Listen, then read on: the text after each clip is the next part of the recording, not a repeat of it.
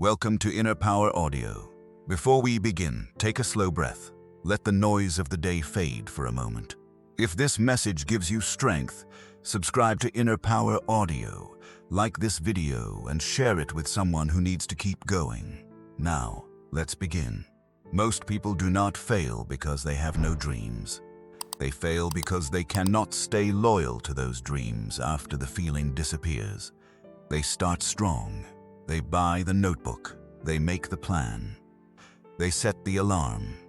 They promise themselves that this time will be different. This time, they will wake up earlier. This time, they will stop scrolling at night. This time, they will go to the gym, finish the project, save the money, build the business, change the habit, and finally become the person they keep imagining in silence. And for a few days, it works. Then real life begins again. The alarm rings and the bed feels heavier than the promise. The phone lights up before the day even starts. One notification becomes 10 minutes. 10 minutes becomes an hour. Work gets stressful. Bills arrive. Deadlines pile up. Progress feels invisible. The body feels tired. The mind starts bargaining. Not today. Maybe tomorrow. Maybe when I feel better. Maybe when life slows down. And that is where discipline is truly tested. Not when you feel inspired. Not when the music is loud. Not when people are watching and your confidence is high. Discipline is tested in the quiet moment when nobody cares. Nothing feels exciting. And the easiest choice is to go back to the old version of yourself. That is the moment that decides who you are becoming. Because every time you break a promise to yourself, something deeper is damaged. You do not only lose progress, you lose trust. You begin to question your own word. You start to believe that maybe you are not disciplined enough, not strong enough, not consistent enough, not capable of becoming the person you said you wanted to be. But listen carefully. That feeling is not the final truth about you. It is a signal. Your brain is designed to protect comfort. It looks for the easy path, it avoids pain, it saves energy, it reaches for quick rewards. It prefers familiar habits, even when those habits keep you stuck. That is why scrolling feels easier than working. That is why quitting feels peaceful for a moment. That is why starting again can feel heavier than staying the same. Your brain wants comfort, but your future needs discipline. And discipline begins when you stop obeying the first impulse that pulls you backward. Discipline is not about feeling powerful every morning. It is not about being excited all the time. It is not about becoming a machine with no doubt, no fear, no fatigue, and no bad days. Discipline is what remains after excitement leaves the room. It is the ability to keep your promise when your emotions stop supporting you. It is the ability to take one clean action before your mind finishes building an excuse. It is the ability to return to your standard after a bad day, a missed workout, a failed attempt, or a week where everything felt harder than expected. A strong mind is not a mind that never gets tired. A strong mind gets tired and still chooses the next right step. A disciplined person is not someone who never feels resistance. A disciplined person feels resistance and stops treating it like a command. That is what this audiobook is about. This is not a speech designed to make you feel motivated for 1 hour and then leave you unchanged tomorrow. This is a training ground, a place to understand why your mind wants to quit, why comfort feels so convincing, why cheap dopamine steals your focus, why slow progress feels invisible, and why your self-respect is rebuilt through the small promises you keep when nobody is watching. In the chapters ahead, we will break down the psychology of discipline. You will learn how to stop waiting for motivation to save you. You will learn how to build standards higher than your mood. You will learn how to tolerate discomfort without running from it. You will learn how to finish small things so you can rebuild trust in yourself. You will also learn how to protect your focus. Keep going before results appear. Stop negotiating with the weakest version of yourself. Turn pain into a new standard and build in silence without needing applause from the world. But above all, you will learn one truth. You do not need to be perfect. you need to return. Return when the day goes wrong. Return when your mind gets loud. Return when you fall back into an old habit. Return when nobody sees your effort. Return when progress feels too slow to matter. Because the person who never gives up is not the person who never struggles. It is the person who refuses to let struggle become their identity. Your future is not built in the days when everything feels easy. Anyone can move when the path is clear, the body is rested, and the reward is close. Your future is built when the reward is far away, the work feels boring, and the old version of you is asking for one more excuse. That is where the new you is built. Not in noise, not in hype, not in empty confidence, in repetition, in standards, in quiet decisions made again and again. So as you listen, do not treat this as background noise. Listen like someone who is ready to rebuild. Let each chapter challenge the part of you that keeps choosing comfort. Let it strengthen the part of you that still believes your life can change. If you feel behind, begin again. If you feel tired, take the next step. If you failed before, learn from it and return. You are not finished because you fell. You are not finished because you lost focus. You are not finished because you have broken promises in the past. You are only finished when you decide not to rise again. And that decision is still yours. Chapter 1 begins with the truth most people never understand. Your brain wants comfort, but your future needs discipline. Chapter 1. Understand why your brain wants to quit. Let's start with the part most people miss. Quitting does not usually arrive looking like quitting. It arrives looking responsible. It sounds calm. It sounds practical. It sounds like you are thinking clearly. You tell yourself, maybe I should wait until I have more time. You tell yourself, maybe I need a better plan. You tell yourself, maybe I should research a little more before I start. You tell yourself, maybe today is not the right day. And sometimes those thoughts are true. Sometimes you really do need rest. Sometimes you really do need a better plan. Sometimes you really do need to adjust the way you are working. But be honest with yourself. How often is it actually wisdom? And how often is it avoidance wearing a smarter voice? That is where discipline begins. Not in the gym, not at the desk, not inside a perfect morning routine. Discipline begins in the moment you can tell the difference between a real reason and a comfortable excuse. Because your mind is clever. It knows that if it says quit, you might fight back. So it uses better language. It says prepare more. It says think about it first. It says you are not ready yet. It says start when things calm down. And just like that, the work gets delayed again. Not because you made a clear decision to give up, but because you allowed the delay to feel reasonable. That is how many people lose years. Not through one big failure, through small, intelligent-sounding delays. A project is not abandoned in one dramatic moment. It is abandoned every time you say, I will do it later, and then later becomes next week, next month, next year. A body is not neglected overnight. It is neglected every time you trade movement for comfort and call it a break. A dream is not destroyed by one bad day. It is weakened by repeated avoidance that never gets named. So name it. That is the first move. When you feel yourself pulling away from something important, do not rush to believe the excuse. Pause and look at it. Ask yourself, is this a real reason or is this resistance? That one question can cut through a lot of noise.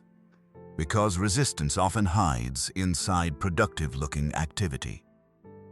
You sit down to work, and suddenly your desk needs cleaning, your email needs checking, your notes need organizing, your plan needs redesigning, your playlist needs changing, your phone needs one quick look, and all of it feels useful. That is the trap.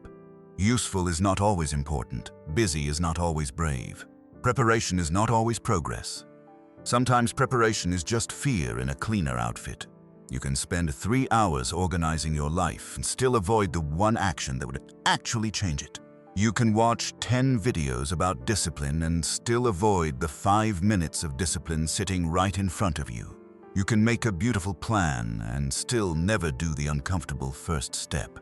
That is why you must become honest about your own escape routes. Some people escape through entertainment. Some people escape through overthinking. Some people escape through planning. Some people escape through learning. Some people escape through waiting for the perfect mood. Your escape route may look different from someone else's, but the result is the same.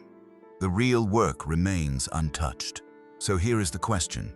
What do you do when you are avoiding the thing that matters? Not what do you say. Not what do you intend. What do you actually do? Do you scroll? Do you clean? Do you research? Do you complain? Do you open another tab?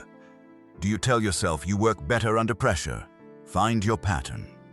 Because once you see the pattern, you can interrupt it. And when you interrupt it, even for a few minutes, you begin to take back control. You do not need a dramatic breakthrough here. You need a small interruption. That is the second move. Shrink it. When your mind makes the task feel too big, make the next action smaller. Not smaller forever. Smaller for entry. If the project feels too heavy, open the document. If the workout feels impossible, put on the shoes. If the room feels overwhelming, clear one surface. If the email feels stressful, write the first sentence. If the chapter feels too long, write the first paragraph. If your life feels messy, keep one promise today. Small does not mean weak. Small means you are removing the excuse. A task can scare you when it is vague, but it becomes less powerful when it has a first step. Your mind can argue with "change my life." It has a harder time arguing with "start for 5 minutes." That is why small action matters. It breaks the spell of avoidance. Most people think they need to feel ready before they begin. But readiness is often created by beginning. You do not wait your way into discipline. You act your way into it. And this brings us to the third move. Start it. Not perfectly, not completely. Not with the full plan figured out. Start it in the smallest, honest way available. Because the first action has a special kind of power. It changes your position. You are no longer standing outside the work, thinking about the work, judging the work, fearing the work. You are inside it, and once you are inside it, the mind becomes quieter. Not always silent, but quieter. The task becomes less imaginary. The fear becomes less dramatic. The excuse loses some of its grip. This is how discipline is trained in real life. Not by winning every internal battle with a speech. By taking the next action before the excuse becomes your identity. So when the thought comes up, "Not today," do not attack yourself. Do not turn it into shame. Do not say, "I am lazy." Do not say, "I always fail." Do not make one moment of resistance into a story about your entire life. Just name it. This is resistance, then shrink it. What is the smallest honest step? Then start it. Do it now. Name it. Shrink it. Start it. That is the practice. This is how you stop being tricked by your own avoidance. You stop needing the perfect feeling. You stop waiting for the perfect window. You stop letting reasonable excuses steal unreasonable amounts of time. And little by little, something changes. You begin to trust action more than mood. You begin to trust evidence more than intention. You begin to trust the person you are becoming more than the voice that keeps asking for delay. That is the first layer of a mind that does not give up. Not a mind with no excuses. A mind that can hear the excuse and still move. Not a mind with no resistance. A mind that can recognize resistance and still choose the next step. Not a mind that waits for life to feel easy. A mind that knows how to begin before everything feels perfect. So today, do not try to fix your whole life. Find one place where you have been delaying. One task, one promise, one uncomfortable first step. Name the resistance. Shrink the action. Start before the excuse gets stronger. Because the longer you negotiate with avoidance, the more convincing it becomes. But the moment you begin, you remind your mind who is leading. In the next chapter, we go deeper into one of the biggest traps that keeps people stuck.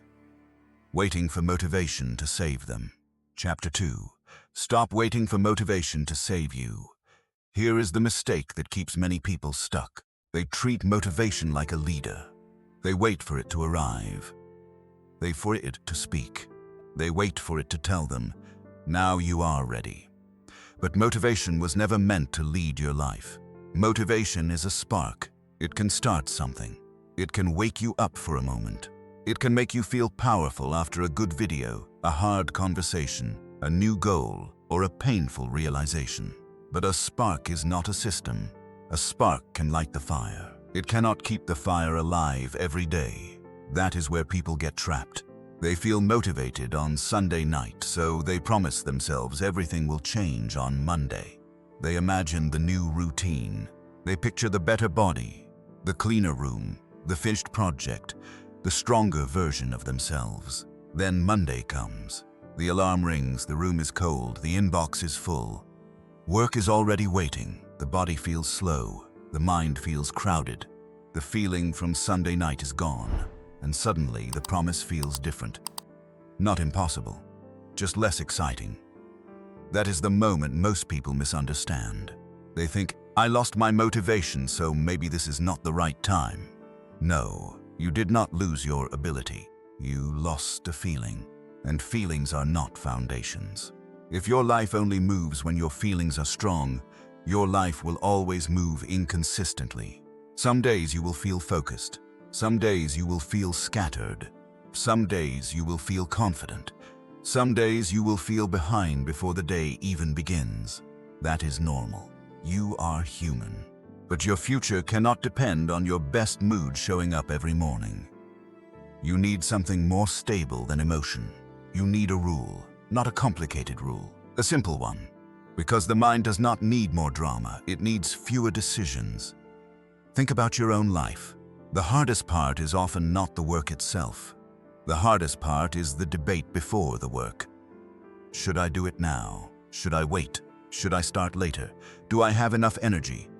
What if I cannot finish? What if I am not in the right mood? That debate drains you before you even begin. This is why discipline becomes easier when the rule is already decided.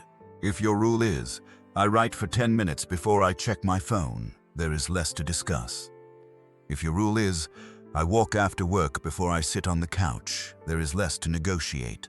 If your rule is, I do the first task before opening social media, there is less room for your mood to take control.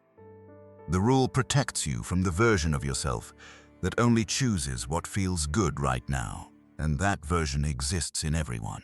Be honest. You know what it feels like to come home after a long day and tell yourself, I will just sit down for 5 minutes. Then 5 minutes becomes 20. 20 becomes an hour. The phone is in your hand, a video starts, then another, then another. You are not even enjoying it anymore, but you keep scrolling, because it is easier than starting the thing you said mattered. That is not because you are weak. It is because your brain loves low-friction rewards, easy comfort, fast stimulation, quick escape. Discipline works in the opposite direction. It asks you to choose the reward that comes later. It asks you to begin before your emotions agree. It asks you to create momentum instead of waiting for momentum to appear. And the strange part is this. Motivation often comes after action, not before after. After you walk for 5 minutes, your body wakes up. After you write the first few lines, your thoughts get clearer. After you clean one small area, the room feels less heavy. After you finish the first set, the workout feels possible. After you start the task, the fear becomes smaller. Action changes your state. This is the psychology most people miss. They wait for the feeling to create the action. But many times, the action creates the feeling. You do not wait your way into motivation. You move your way into it. That is why the first step should be small enough to repeat on a bad day. If your rule only works when you feel amazing, it is not a rule, it is a fantasy. A real rule must survive a tired morning, a stressful afternoon, a busy week, a low mood. A normal Tuesday, that is where consistency is built. Not in the perfect day, in the ordinary day. So do not build a rule that requires a heroic version of you. Build a rule that the real version of you can follow when life feels normal, messy, and inconvenient. 10 minutes of focused work, One page of reading, one short walk, one cleaned surface, one honest message, one bill paid, one healthy meal, one small promise kept. Small actions may not look impressive, but they train something important. They train your mind to stop waiting for emotional permission. And once you stop needing permission from your mood, you become much harder to stop. This is where the framework begins. Decide it, reduce it, repeat it. Decide it means you choose the rule before the mood arrives. Do not wait until you are tired to decide whether you are disciplined. Decide while you are clear. Decide what action matters. Decide when it happens. Decide what the first step looks like. Reduce it means you make the action small enough to start. Not because your dream is small. Because your entry point must be simple. A big goal can scare the mind. A small action can slip past the resistance. Repeat it means you do it again before it becomes dramatic. Not once. Not only when you are inspired. Not only when the day is perfect. Again, again, again. That is how discipline becomes normal. And normal is powerful. Most people want change to feel emotional. They want a breakthrough. They want the big moment where everything finally clicks. But a disciplined life is often built in quiet, repeated choices that almost look too small to matter. You close the app, you open the laptop, you put on the shoes, you drink the water, you write the line, you make the call, you keep the rule. And slowly you stop seeing yourself as someone who needs motivation to begin. You become someone who begins. That is the identity shift. Not I hope I feel ready. Not I will start when life slows down. Not I need to get motivated first. No. You become the person who says, this matters, so I start small, that is enough. Because the first step is not supposed to finish the whole journey. The first step is supposed to break the control of hesitation. So the next time you feel unmotivated, do not panic. Do not make it a story. Do not say, I guess I am not disciplined. Say this instead, I do not need motivation for the next 5 minutes. Then follow the rule. Decide it, reduce it, repeat it. Let motivation come when it comes. But do not wait for it to rescue you. It is not your leader, it is only a spark. Your standard is the system. Your rule is the path. Your action is the proof. And every time you move without waiting for the perfect feeling, you teach your mind a new truth. I do not need to feel ready to begin. In the next chapter, we go one level deeper. Because once motivation is no longer leading you, something stronger must take its place. You need standards higher than your mood. Chapter 3. Build standards higher than your mood.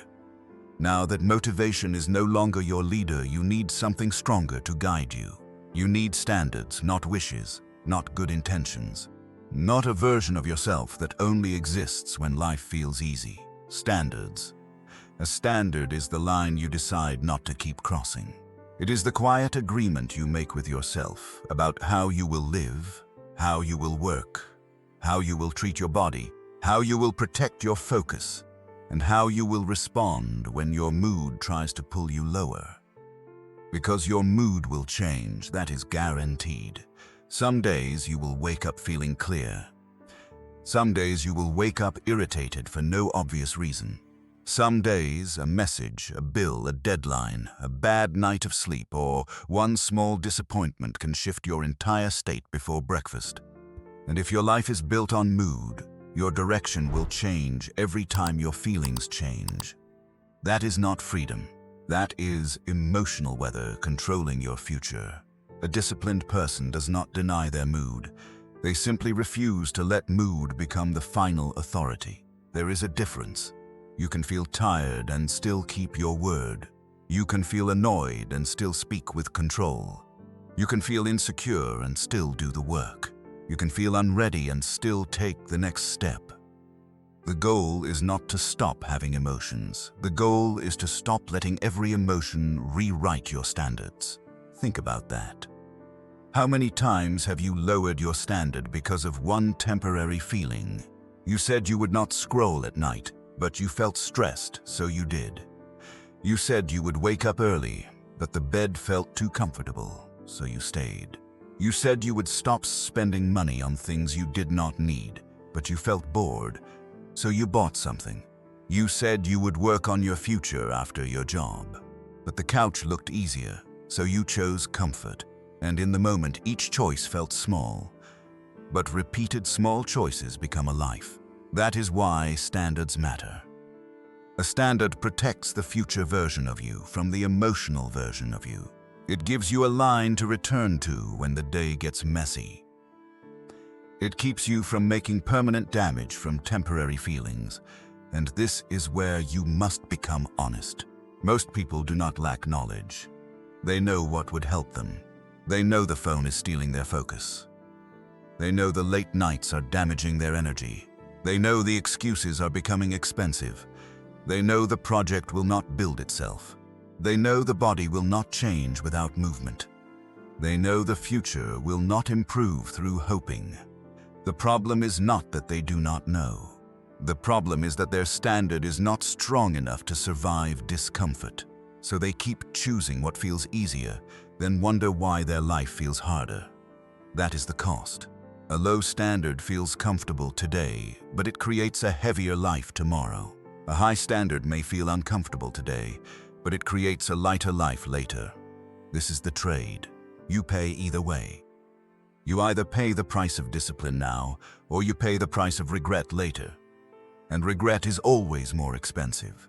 So how do you build a standard higher than your mood? You start by defining the kind of person you are no longer willing to be. That matters, because many people only define what they want. They want success, they want peace, they want confidence, they want money, they want respect. But they never define what behavior they must stop tolerating from themselves. So ask yourself, what version of me keeps creating the same problems? The version that delays everything? The version that spends first and thinks later? The version that says yes to everyone and has no energy left? The version that starts strong but disappears after one hard week? The version that talks about change but keeps protecting the old routine? Do not answer with shame. Answer with clarity. You are not attacking yourself. You are identifying the pattern you are ready to outgrow. Once you know what you are no longer willing to be, choose the standard that replaces it. If you are no longer willing to be the person who wastes the first hour of the day, your standard might be simple. I start my morning before I touch my phone. If you are no longer willing to be the person who abandons every goal when life gets busy, your standard might be, I do a smaller version, but I do not disappear. If you are no longer willing to be the person who breaks promises to yourself, your standard might be, I only promise what I am willing to repeat.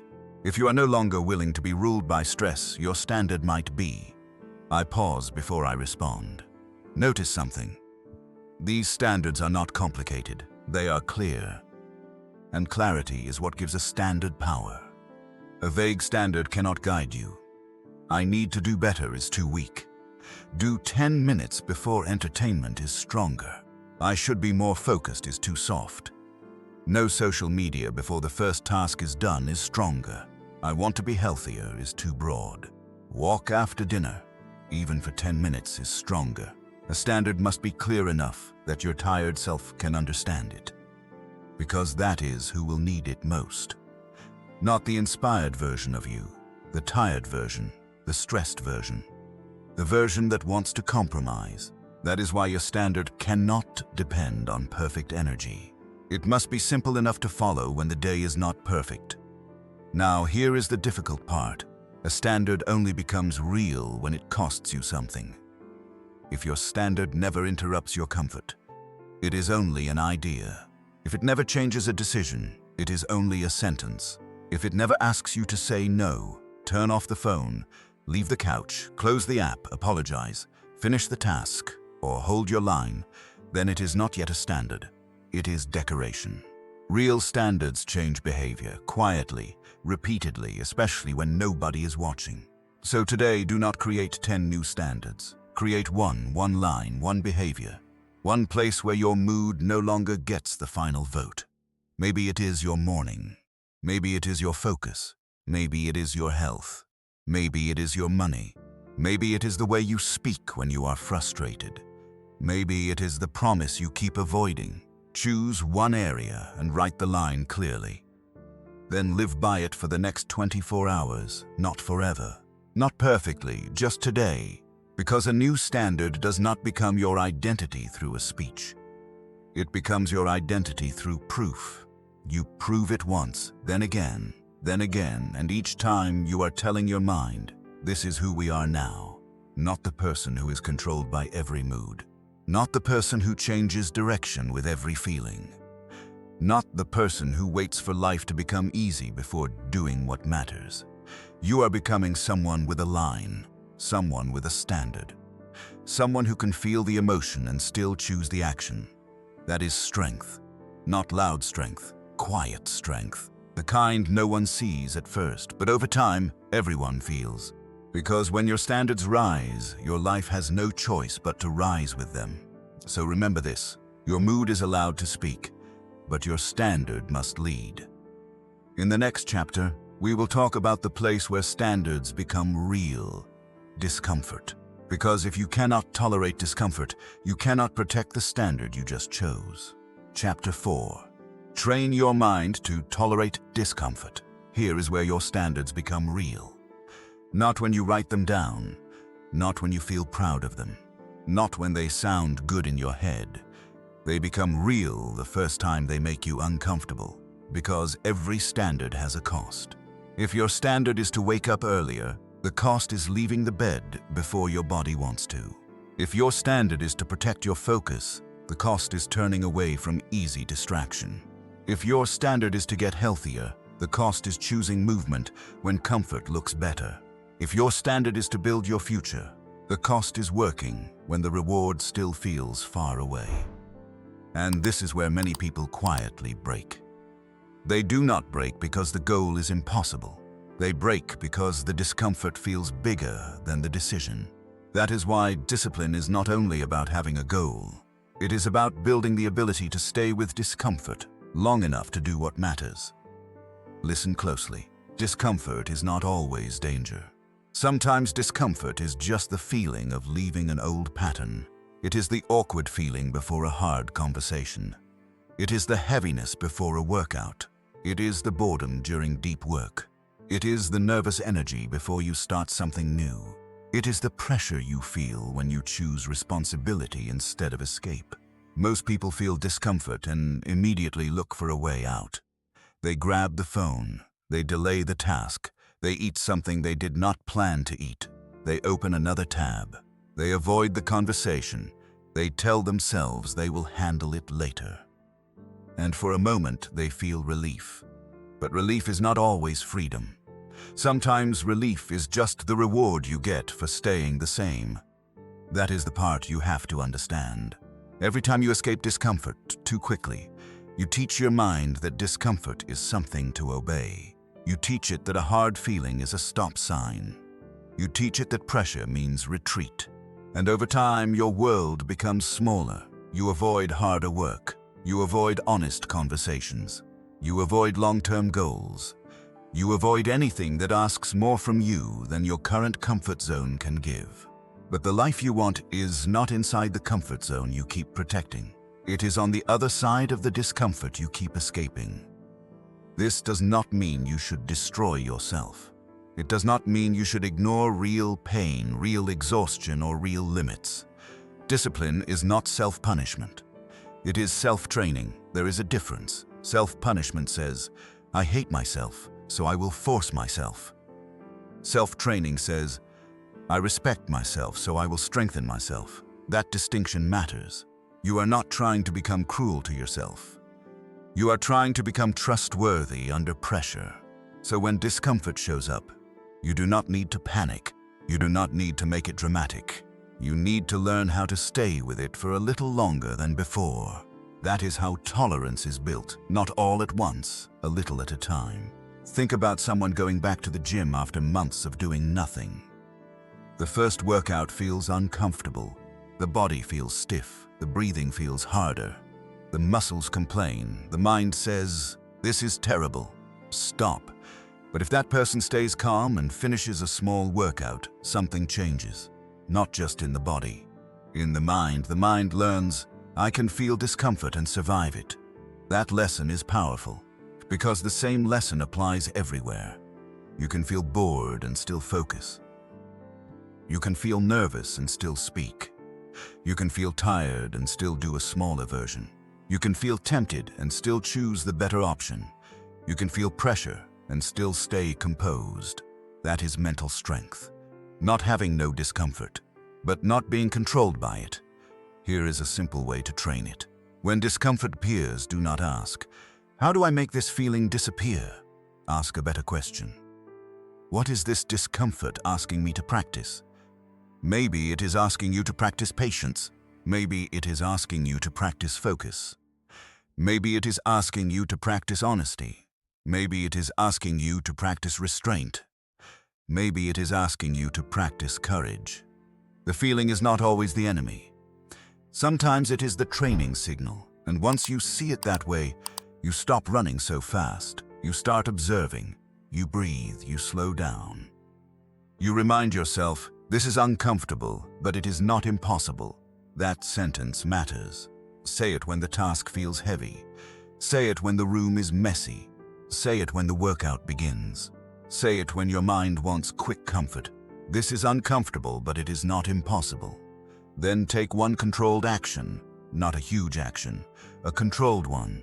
Stay in the work for 5 more minutes, do 1 more set, write 1 more paragraph, walk 1 more block, clean 1 more area.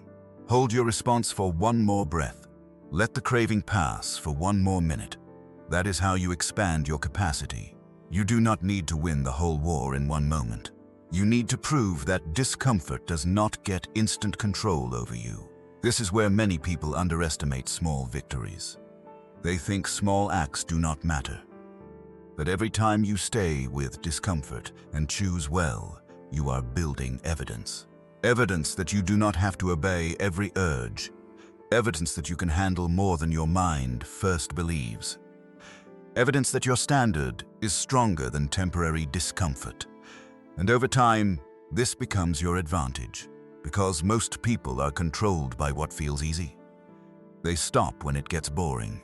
They disappear when it gets hard. They quit when the reward is delayed. They change direction when pressure rises.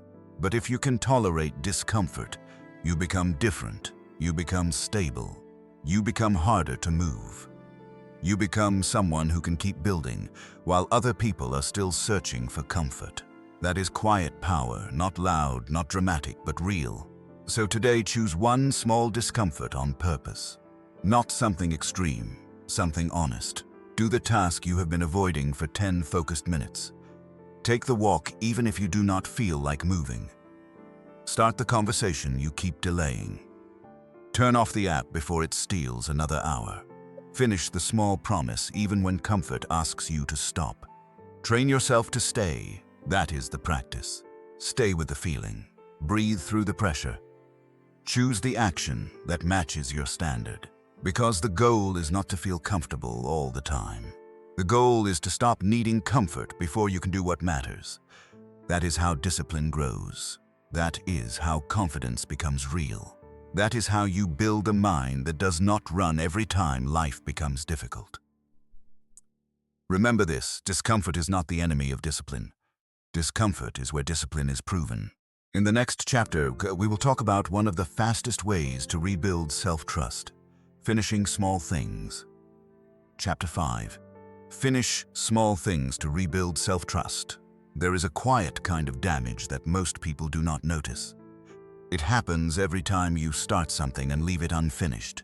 Not once, not twice, but again and again. A course you never completed, a workout plan you abandoned, a room you half cleaned, a business idea you kept talking about but never built, a book you opened, highlighted, and then left on the desk, a promise you made to yourself at night and forgot by morning. At first, it seems small. Life gets busy, things happen, you move on. But your mind is always listening. Every unfinished promise teaches your mind something. It teaches, we do not really follow through. It teaches we get excited but we do not finish. It teaches our word is not serious. And after enough unfinished promises, you stop believing yourself. That is why many people do not only struggle with discipline, they struggle with self-trust. They say, I want to change, but a deeper part of them does not fully believe it. Not because they are hopeless, not because they are weak, but because they have seen themselves quit too many times before. So when they make a new promise, the mind asks, why should I believe you this time? That question hurts, but it is honest. And the only way to answer it is not with another speech. It is with evidence. Self-trust is not rebuilt by thinking positively. It is rebuilt by finishing what you said you would finish, especially when it is small. That is important, because many people try to rebuild their life with promises that are too large. They say, from now on I will change everything. They plan the perfect morning, the perfect diet, the perfect schedule, the perfect workout routine, the perfect version of themselves, and for a moment it feels powerful. But then the size of the promise becomes too heavy to carry, so they drop it. And when they drop it, the old belief gets stronger. See, I knew I would not follow through. This is why you must stop using huge promises to escape small responsibility. Start smaller, finish smaller, win smaller, but finish. Because an unfinished big promise weakens you more than a completed small promise. Think about someone who says they will clean the entire apartment after work. They come home tired. The kitchen is messy. The laundry is waiting. The floor needs attention. The whole thing feels too much. So they do nothing. But what if the promise was smaller? Clear the kitchen counter. That is it. Not the whole apartment. Just the counter. Now the mind has less room to resist. The task is visible. The finish line is close. And when it is done, something shifts. The room is not perfect, but the promise is complete. That matters, because completion gives the mind proof. Proof that you still do what you say. Proof that you can close a loop. Proof that your word has weight. And the more you collect that proof, the more your identity begins to change. You stop seeing yourself as someone who always starts over. You become someone who finishes the next honest thing. This is the psychology of self-trust. Your mind does not believe what you claim. It believes what you repeat. If you repeatedly abandon your promises, your mind learns doubt. If you repeatedly complete small promises, your mind learns trust. That is why small finishes are not small. They are votes. Every finished task is a vote for the person you are becoming. Every closed loop tells your nervous system, we can rely on ourselves again. Now, there is one trap here. Do not confuse finishing with perfection. Perfection is one of the most common ways people avoid completion. They do not finish the video because it could be better. They do not send the email because it could be worded better. They do not launch the idea because the timing could be better. They do not post the work because someone might judge it. They do not complete the first version because they are waiting for the perfect version. But perfection often sounds noble while it protects fear. Finishing does not mean the work is flawless. It means the promise was honored. That is the standard. Finish the small version, then improve it. Send the first draft, then revise. Complete the workout you can do today, then build strength. Clean one space, then move to the next. Do not let the perfect version become the excuse that keeps the real version unfinished. A finished imperfect action builds more trust than a perfect plan you never execute. So here is the practice for this chapter. Choose one unfinished loop, not 10. 1. Something small enough to finish within the next 24 hours. Maybe it is replying to one email. Maybe it is paying one bill. Maybe it is cleaning one drawer. Maybe it is finishing 10 minutes of a course. Maybe it is organizing one folder. Maybe it is writing one page. Maybe it is making one phone call you keep avoiding. Choose one loop, then close it. Do not make it dramatic. Do not announce it. Do not wait until you feel inspired. Just finish it, and when it is done, pause for a second. Let your mind register the evidence. Say to yourself, I completed what I said I would complete. That sentence may sound simple, but it is powerful. Because you are teaching yourself a new pattern. Not excitement followed by abandonment. Not planning followed by delay. Not intention followed by guilt. Completion. That is the new pattern. Here is a simple framework. Choose it, close it, count it. Choose it means you select one small unfinished promise. Close it means you complete the next clear version of it. Count it means you recognize it as evidence. Do not ignore your small wins. Your mind needs proof that the story is changing, and proof is built through repetition. One closed loop becomes two. Two become five. Five become a new kind of self-respect. Not loud self-respect, quiet self-respect. The kind that says, I can trust myself again. And when that belief starts to return, discipline becomes easier. Not because life becomes easy, but because you are no longer fighting the secret suspicion that you will quit anyway. You begin to move differently. You make smaller promises, but you keep them. You start slower, but you finish more. You stop chasing the feeling of a new beginning and start respecting the power of a completed action. That is maturity. That is discipline. That is how a mind becomes steady. So today, do not try to prove everything. Prove one thing, finish one small promise, close one open loop. Give your mind one piece of evidence that you are becoming someone who follows through. Because confidence does not come from saying, I can. Confidence grows when your actions answer, I did. In the next chapter, we will talk about something that decides whether you can keep finishing what you start. Your focus. Because if you cannot protect your attention, the world will keep pulling you away from the promises you are trying to keep. Chapter 6. Protect your focus from cheap dopamine. Here is something most people do not want to admit. They are not losing because they are incapable. They are losing because their attention is being spent before they ever use it on what matters.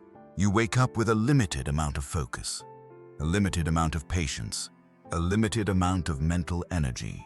And before the real work even begins, the world is already trying to take it from you. A notification, a headline, a message, a short video, a quick scroll, a small distraction that does not look dangerous in the moment. But look at what happens. One quick check becomes 10 minutes. 10 minutes becomes a mood change. Your mind gets noisy. Your attention gets scattered. And the task that once felt possible now feels heavy, boring, and far away. That is not an accident. Cheap dopamine trains your mind to expect fast reward, fast entertainment, fast stimulation, fast escape. And when the brain gets used to that speed, deep work starts to feel painful. Reading feels slower, building feels slower, studying feels slower, saving money feels slower. Working on your future feels slower. Not because those things are wrong, because your attention has been trained to crave quick hits instead of meaningful progress. This is why focus is not a productivity skill. Focus is a form of self-respect. Because what you give your attention to will eventually shape your life. If your attention belongs to every app, every opinion, every message, every trend, and every distraction, then your future is being built by whatever can interrupt you fastest. That is a dangerous way to live. A disciplined mind must protect its attention before the world spends it. Think about a normal evening. You come home tired. You tell yourself you will work on something important for just 30 minutes. But before you begin, you sit down and open your phone, just for a moment. Then the algorithm takes over. Someone else's life, someone else's opinion, someone else's drama, someone else's success, someone else's noise. By the time you look up, your energy is gone. And what do you say? I do not have focus. But maybe focus was not missing. Maybe it was stolen, not all at once, piece by piece. This is why you need boundaries around your attention. Not because you are weak, because your environment is designed to pull you away. Your phone does not care about your future. Your feed does not care about your promise. The world will not pause and say, please go build your life now. You have to create that space yourself. Start with friction. Make distraction harder to reach. Put the phone across the room. Turn off notifications. Use app limits. Leave the device outside the bedroom. Close the extra tabs. Keep your workspace simple. Begin the first task before you open the first feed. Do not rely on willpower alone. Design the room so the right action is easier and the wrong action is slower. That is not weakness. That is strategy. A focused person does not win because temptation disappears. A focused person wins because they stop making temptation convenient. Here is the practice for this chapter. Protect the first block. The first block is the first clean period of focus you give to what matters. It does not have to be 3 hours. It does not have to look impressive. It can be 20 minutes. But it must be protected. No phone, no tabs, no messages, no multitasking. One task, one timer, one clean block. That is enough to begin training your mind again. At first, it may feel uncomfortable. Your hand may reach for the phone without thinking. Your mind may look for noise. Silence may feel strange. Good. That means you are seeing the habit clearly. Stay with the block. Let your mind settle. After a few minutes, something starts to change. The task becomes less painful. Your thoughts become cleaner. You remember what you were trying to do before the world interrupted you. That is focus returning. And when focus returns, discipline becomes easier, because discipline without focus is exhausting. You cannot keep promises you never give attention to. You cannot finish work while feeding every distraction. You cannot build a future while constantly reacting to whatever glows on a screen.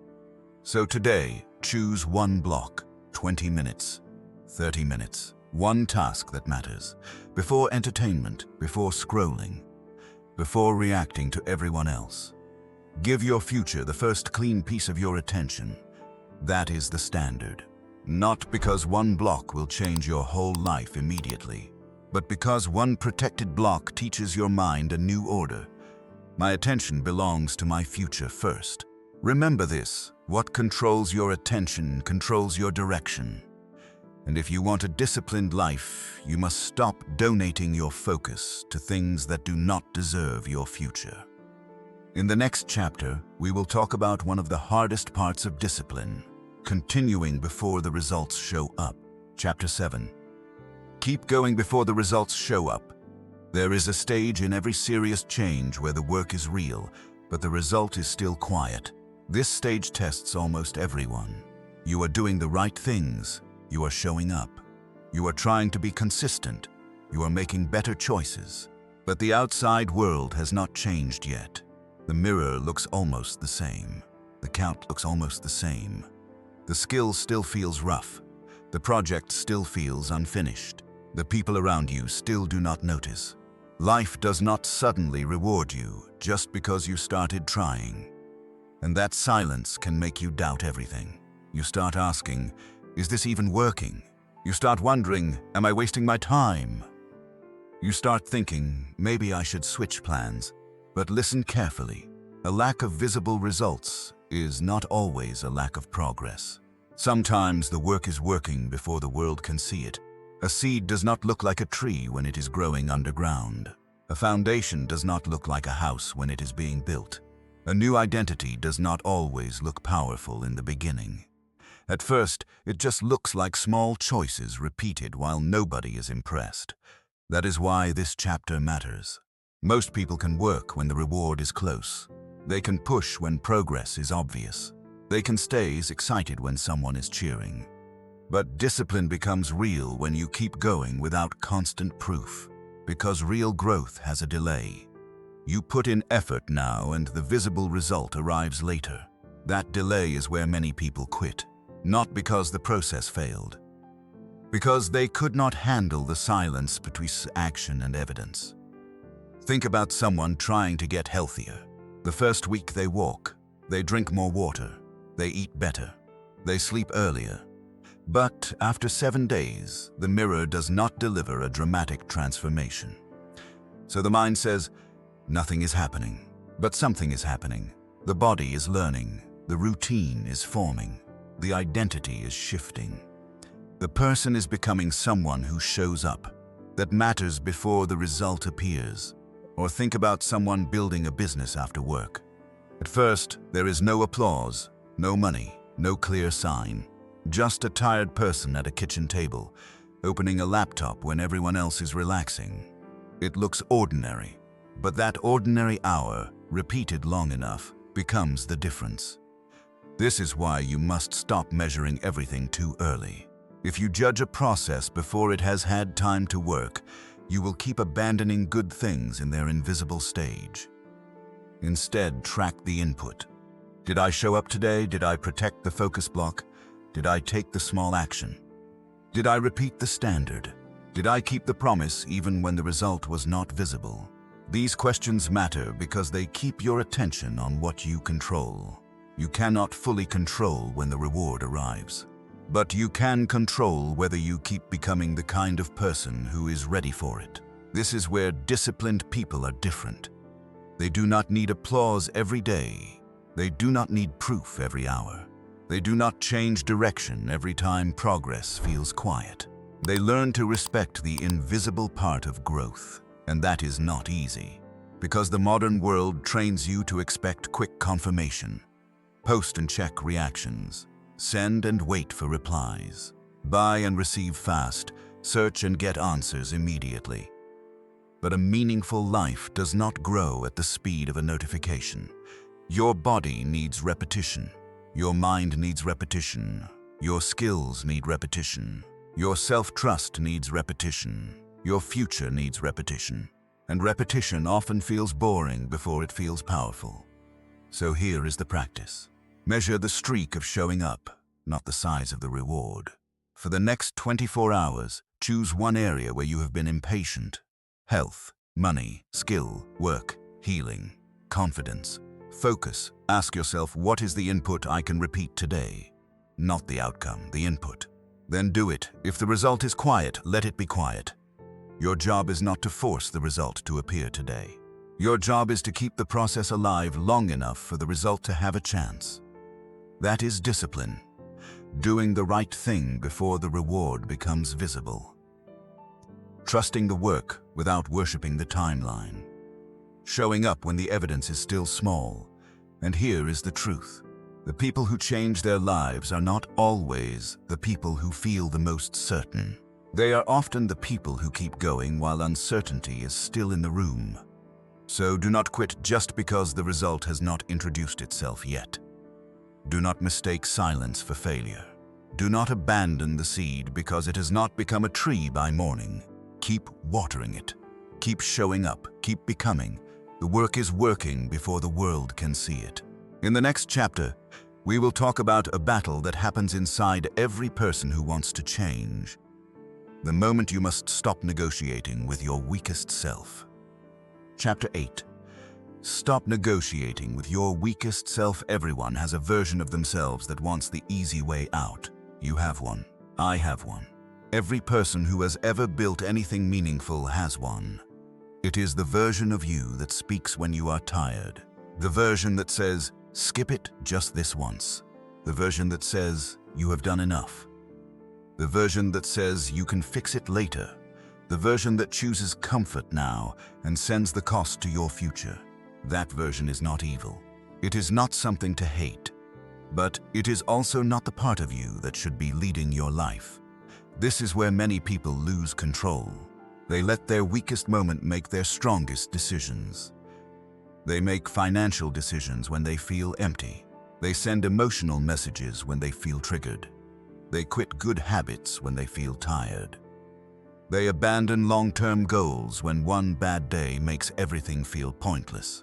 Then later, when the mood passes, they look back and wonder, why did I do that?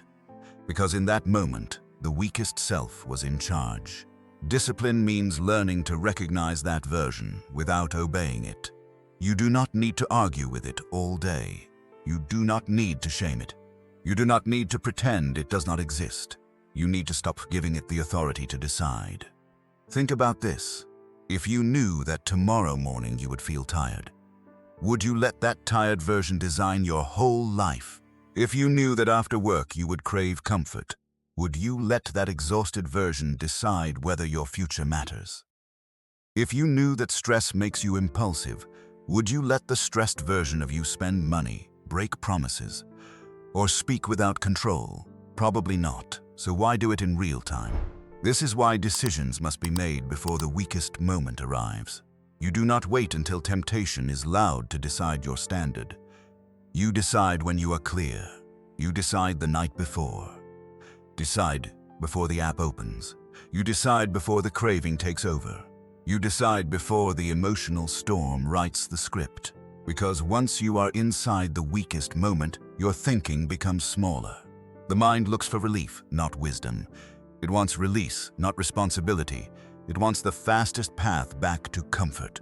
That is not the time to build your whole philosophy. That is the time to follow the rule you already chose. If the rule is no phone before the first task, follow it. If the rule is walk before the couch, follow it. If the rule is pause before replying, follow it. If the rule is save before spending, follow it. If the rule is do 10 minutes even on a bad day, follow it. Do not reopen the courtroom every time your mood changes. A standard that is constantly renegotiated is not a standard. It is a suggestion, and suggestions collapse under pressure. Here is a simple image. Imagine two versions of you sitting at a table. One is the future self, calm, clear, stronger, more stable, more honest. The other is the weakest self, tired, impulsive, defensive, hungry for comfort. Every decision gives one of them more power. Every time you choose the easy escape, the weakest self gets louder. Every time you keep the small promise, the future self gets stronger. So before you act, ask, who am I feeding right now? That question can stop you, not forever. Just long enough to choose better. And sometimes, that pause is all you need. Because the weakest self often wins through speed. Fast reaction, fast comfort, fast excuse, fast escape. Slow it down. Take one breath. Stand up, move the phone. Drink, step outside, write the sentence. Start the timer. Delay the impulse for 5 minutes. You are not trying to become perfect. You are trying to create space between the urge and the action. That space is power. Here is the practice for this chapter. Decide before, pause during, choose higher. Decide before means you set the rule while you are clear. Pause during means you do not obey the first impulse. Choose higher means you take the action that serves the person you are becoming, not the mood you are passing through. Simple, not easy, but simple. And if you fail once, do not use that as permission to fail all day. That is another trick of the weakest self. It says, well, you already messed up, might as well give up. No. One bad choice is not a contract. You can stop the pattern in the next minute. You can return with the next action. You can choose higher again. That is how strength is built. Not by never hearing the weak voice, by not letting it drive. So remember this. Do not let your weakest moment make your strongest decision. You are allowed to feel tired. You are allowed to feel tempted. You are allowed to feel low. But you are not required to hand over the steering wheel. In the next chapter, we will talk about how to take the pain, disappointment, and pressure you have been through and turn it into something stronger, a new standard. Chapter 9, turn pain into a new standard. Pain by itself does not make you stronger. That may sound strange, but it is true. Some people go through pain and become wiser. Some people go through pain and become bitter. Some people go through pain and become disciplined. Some people go through pain and repeat the same patterns with a different excuse. So pain is not the transformation. Pain is the raw material. What you do with it decides what it becomes. If you only carry pain, it becomes weight. If you only complain about pain, it becomes a story that keeps you stuck. If you only use pain to blame the world, it can harden you without growing you. But if you study the pain, if you listen to what it is trying to show you, if you let it change your standards, then it can become power. Not loud power, clear power. The kind that says, I will not live that way again. That is the difference. Pain becomes useful when it teaches you what can no longer continue. Maybe you trusted the wrong people too quickly. So your new standard becomes, I watch actions before I give access. Maybe you burned yourself out trying to prove your worth. So your new standard becomes, I do not destroy my health for approval. Maybe you wasted years delaying your own growth. So your new standard becomes, I do not keep postponing the life I say I want. Maybe you ignored your finances until stress became normal. So your new standard becomes, I look at the numbers even when it is uncomfortable. Maybe you let one failure define you. So your new standard becomes, I learn, adjust, and return. That is how pain becomes direction. Not by pretending it did not hurt. Not by making it your whole identity. By asking, what must change because of this? That question is powerful. Because pain without reflection repeats itself. You can leave one bad situation and enter another with the same pattern. You can lose one opportunity and still keep the habit that caused the loss. You can feel hurt, disappointed, embarrassed, or exhausted. But if you do not extract the lesson, the pain has no structure. It just becomes noise, so do not waste your pain. Sit with it long enough to learn from it. Ask yourself, what did this reveal about my habits? What did this reveal about my boundaries? What did this reveal about my focus? What did this reveal about the kind of person I become under pressure? What standard would have protected me earlier? Do not ask these questions to punish yourself. Ask them to recover your power. Because the goal is not to stay wounded. The goal is to become wiser. There is a difference between remembering pain and living inside it. A disciplined person does not deny what happened. They just refuse to let it become an excuse to stop growing. They turn the lesson into a line they do not cross anymore, a line that protects their future, a line that makes the pain mean something. This is especially important when the pain came from failure. Maybe you failed at something you cared about. Maybe you tried and it did not work. Maybe you gave effort and still lost. Maybe people saw you fall. That kind of pain can make you shrink. It can make you avoid trying again. It can make you safer, quieter, smaller. But failure is not asking you to disappear. Failure is asking you to become more precise, better prepared, more honest, more consistent, less attached to fantasy, more loyal to the work. That is the standard failure can create. Not I will never fail again. That is not realistic. The standard is, I will not waste the lesson. That is maturity. So here is the practice for this chapter. Name the pain, find the lesson. Set the standard. Name the pain means you tell the truth without exaggerating or minimizing. Find the lesson means you ask what the experience is trying to teach you. Set the standard means you turn that lesson into a behavior you can actually repeat. For example, I felt drained because I kept saying yes when I meant no. The lesson is that I need boundaries. The standard is, I pause before agreeing, that is clear, or I felt ashamed because I ignored my health for months. The lesson is that neglect becomes expensive. The standard is, I move my body every day for at least 10 minutes, that is usable. Or, I felt disappointed because I quit when progress was slow. The lesson is that I need patience. The standard is, I track inputs for 30 days before judging results. That is discipline. This is how pain stops being a weight and becomes a teacher. Not instantly, not magically, but through honest reflection and repeated action. So today, choose one painful experience you keep carrying. Do not reopen it to suffer again. Open it to learn. Ask, what standard is this asking me to build?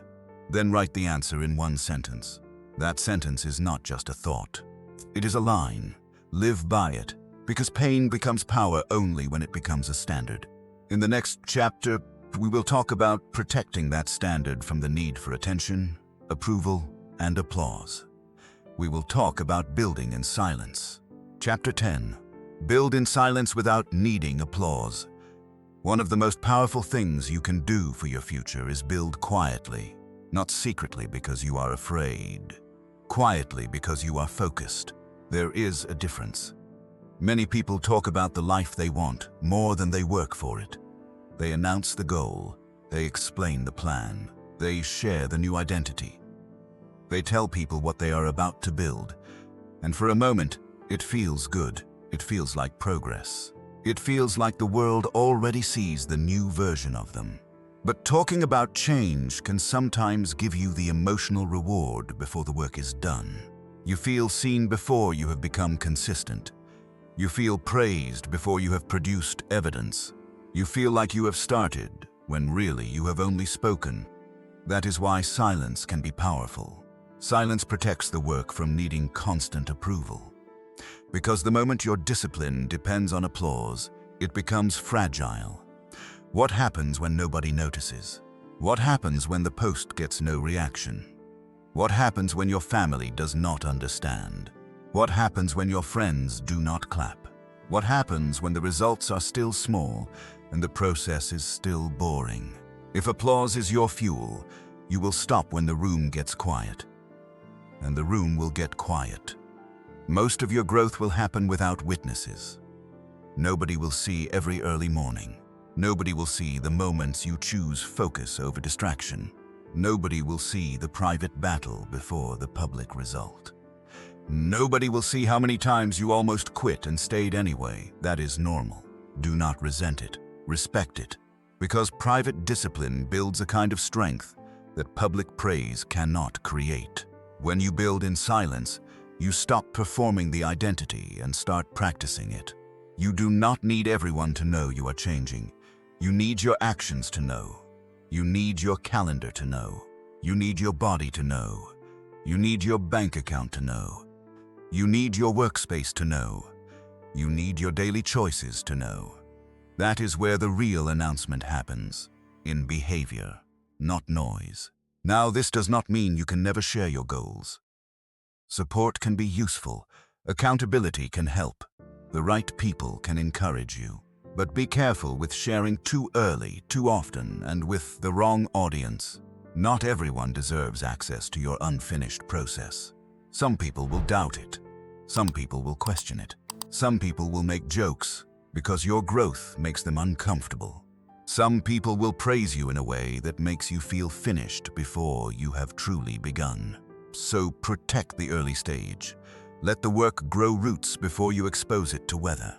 A small plant does not need a crowd. It needs soil, water, light, time. Your goal is the same. It needs structure, repetition, focus, patience, less announcement, more evidence.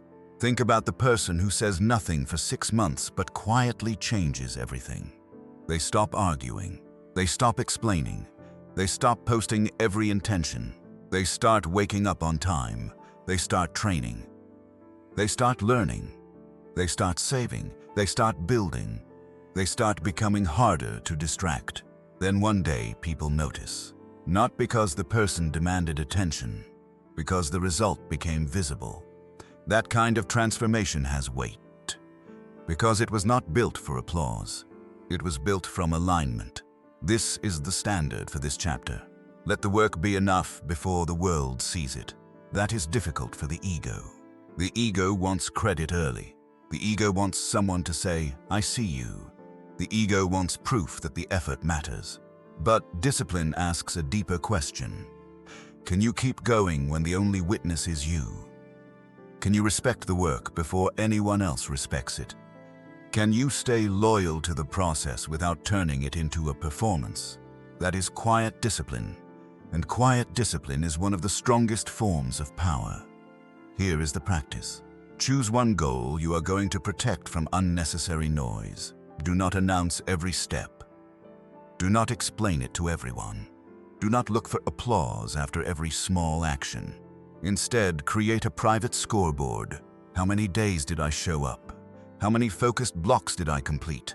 How many promises did I keep? How many times did I choose the standard when nobody would know? Track that. Let that be your proof. Because when your proof comes from your own behavior, you stop needing the world to convince you that you are changing. You know, and that knowing is stronger than praise, so build quietly. Let your actions gather weight. Let your process mature. Let your results speak when they are ready. Do not confuse silence with weakness. Sometimes silence is strategy. Sometimes silence is protection. Sometimes silence is the sound of someone becoming dangerous to their old patterns. Remember this. Build so quietly that your results become the announcement. In the next chapter, we bring everything together. Because the disciplined person is not the person who never falls. It is the person who always returns. Chapter 11. Become the person who always returns. By now, you understand something important. Discipline is not about living without struggle. It is about what you do after struggle appears.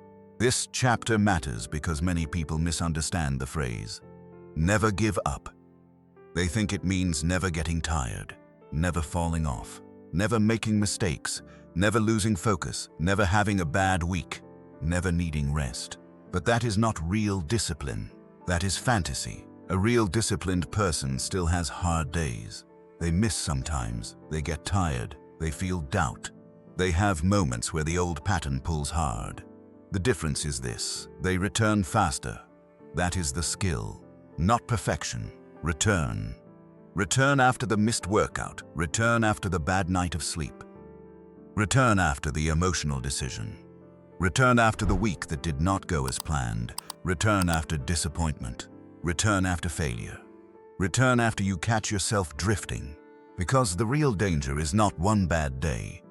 The real danger is turning one bad day into a new identity. You miss once and say, I always fail. You eat poorly once and say, I have no discipline. You skip one task and say, I guess I am back to who I was. That is how people fall deeper than necessary. They do not only make a mistake, they build a story around the mistake. Do not do that. A mistake is information. A relapse is information. A bad day is information. It tells you where the system was weak. It tells you what trigger you did not prepare for. It tells you what standard needs more support. It tells you what environment needs to change. But it does not get to define you, not unless you let it. This is where return becomes powerful. Return means you do not wait for a perfect restart. You do not need Monday. You do not need next month. You do not need a new identity speech. You do not need to punish yourself first. You return with the next action. That is all. Drink water. Take the walk. Open the document. Clean the space. Apologize. Pay the bill. Write the sentence. Go to sleep on time tonight. Return through action, not guilt. Guilt can tell you something went wrong, but guilt cannot build the new pattern for you. Only action can. This is why you need a reset ritual. Simple, fast, repeatable. Use this. Review, reset, return. Review means you look at what happened without drama. What triggered the fall? Was I tired? Was the rule too big? Was the phone too close? Did I skip sleep? Did I say yes to too much? Did I rely on mood instead of structure? Reset means you choose the next small standard, not the whole life, the next standard, the next honest step. Return means you do it immediately before shame grows roots. Review, reset, return. That framework keeps one mistake from becoming a season of self-sabotage. Because the longer you wait to return, the heavier returning feels. A missed day becomes a missed week. A missed week becomes a lost month. A lost month becomes a story about who you are. Interrupt it early, return quickly, quietly, without drama. This is one of the clearest signs of maturity. You no longer need to collapse every time you are not perfect. You no longer use failure as proof that you should stop.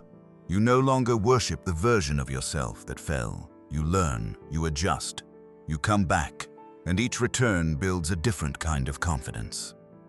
Not the confidence of someone who thinks they will never struggle. The confidence of someone who knows they can recover. That confidence is stronger because life will test you. Plans will break. Energy will drop. People will disappoint you. Work will get heavy. Progress will slow. Old habits will call. But if you know how to return, none of those things has the final word. You do. So today, stop asking for a life with no setbacks. Ask for a mind that knows how to come back. That is the mind that never gives up. Not a perfect mind, a returning mind. A mind that can fall and still choose the next right action. A mind that can lose rhythm and rebuild it. A mind that can be tired without surrendering its future. Remember this. You do not need to be perfect. You need to return.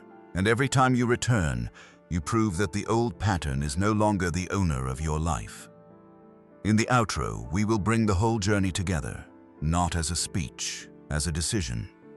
Rise by choice, not by chance. If you have listened this far, understand what this means. You are not just learning about discipline. You are being asked to choose a different relationship with yourself. Because discipline is not only about waking up earlier, working harder, or doing more. It is about becoming someone you can trust. Someone who does not need the perfect mood to begin. Someone who does not let every distraction own their attention. Someone who does not disappear when progress is quiet. Someone who does not hand the future to the weakest moment. Someone who turns pain into a standard. Someone who can build without applause. Someone who returns. That is the person you have been building through this audiobook. Not all at once, chapter by chapter, choice by choice. We began with the truth that your mind will try to quit in ways that sound reasonable. You learn to recognize avoidances when it dresses itself as logic. Then you learned that motivation is only a spark. It can inspire you, but it cannot carry your life. You need rules, systems, and action. You learned that your mood can speak, but your standard must lead. You learned that discomfort is not the enemy of discipline. It is where discipline is proven. You learned that small, finished promises rebuild self-trust. You learned that focus must be protected, because what controls your attention controls your direction. You learned to keep going before the results show up. You learned not to let your weakest moment make your strongest decision. You learned that pain becomes power only when it becomes a new standard. You learned to build in silence without needing applause from the world. And finally, you learned that the person who never gives up is not the person who never falls. It is the person who returns. So now the question is simple. What will you do with this? Not tomorrow. Not when the mood is better. Not when life is cleaner. What will you do today? Choose one small promise. One, not 10. One promise that proves you are serious. Maybe it is 10 minutes of focused work. Maybe it is a walk after dinner. Maybe it is turning the phone off before bed. Maybe it is paying one bill. Maybe it is writing one page. Maybe it is cleaning one space. Maybe it is having the honest conversation. Maybe it is going back to something you abandoned. Choose one, then keep it. That is how this becomes real. Not by feeling inspired at the end of an audiobook. By taking the next action when the audio stops. Here is your 72-hour challenge. Day 1. Close one open loop. Finish one small thing you have been delaying. Do not make it dramatic. Just close it. Day 2. Protect one block of focus, 20 minutes. One task, no phone, no tabs, no escape. Day 3. Return to one standard after discomfort appears. When the mood drops, when the excuse speaks, when the old pattern pulls, choose the standard anyway. 3 days, 3 proofs, 3 votes for the person you are becoming. And if you want, write this sentence somewhere you can see it. I return, I rebuild. I do not quit on myself. Say it slowly. I return, I rebuild. I do not quit on myself. Because your life will not rise by chance. It will rise by choice, by repeated choice, by quiet choice. By the choice you make when nobody is watching and nothing feels easy. That is where the future changes. So as you leave this audiobook, do not chase a perfect version of discipline. Start with one honest action, then repeat, again, until your mind begins to understand. This is who we are now. This is how we live now. This is the standard now. Thank you for listening to Inner Power Audio. If this audiobook helped you rebuild even one part of yourself, like this video, subscribe to the channel, and share it with someone who needs to keep going. And before you leave, comment this line. I return, I rebuild, I do not quit on myself. Let that be your decision, not just for today, for the version of you that is still waiting to be built.